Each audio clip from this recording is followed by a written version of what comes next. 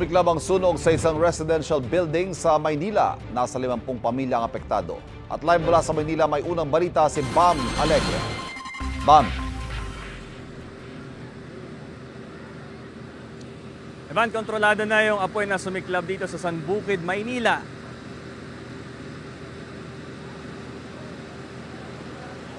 Ito yung nangyari dito sa Barangay 767 San Andres Bukid at inabot nga ng apoy pati yung mataas na palapag ng isang residential building. Isa lang ito sa humigit kumulang 20 istruktura na naapekto ng sunog dito ayon sa Bureau of Fire Protection. Itinaas ang unang alarma 3:14 a.m. at matapos lang ang 20 minuto, inakyat ito sa ikatlong alarma. Hudyat para rumesponde ang di bababa sa 12 fire truck. Tansya ng BFP 200,000 pesos ang halaga ng sunog at tinatayang 50 pamilya ang naapektuhan. Kabilang ang ilang residente tulad ni Estrella Light na emosyonal dahil nasunugan.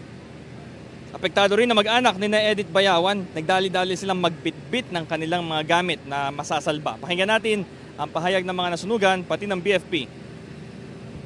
Alam naman natin sa mga ganitong uri ng bahay, mga made of light materials, madali talagang kumalat yung apoy. So kaya itinaas kagad natin sa third alarm yung alarma kasi nga yung pinagmulan niya is allegedly sa isang ground floor ng 2-story residential made of light materials. Saka dikit-dikit po yung bahay kung mapapansin nyo. Natutulog po kami, bigla na lang po nagsisigawan yung mga tao. Sabi, sunog-sunog, nataranta po ako eh. Hindi ko na talaga. Abuti nga, binigyan ako ni Lord ng kalakasan. Medyo nakapaglabas po kami ng gamit. Masakit po ang puso ko.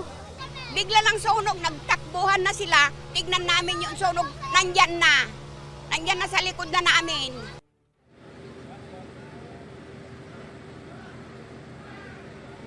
Evan, 4:52 a.m. nang ideklarang fire under control yung nangyari ang sunog dito sa San Andres Bukid sa Maynila. At sa ngayon, patuloy pa rin ang mopping operations. Ito ang unang balita mula rito sa Maynila. Bam Alegre para sa GMA Integrated News.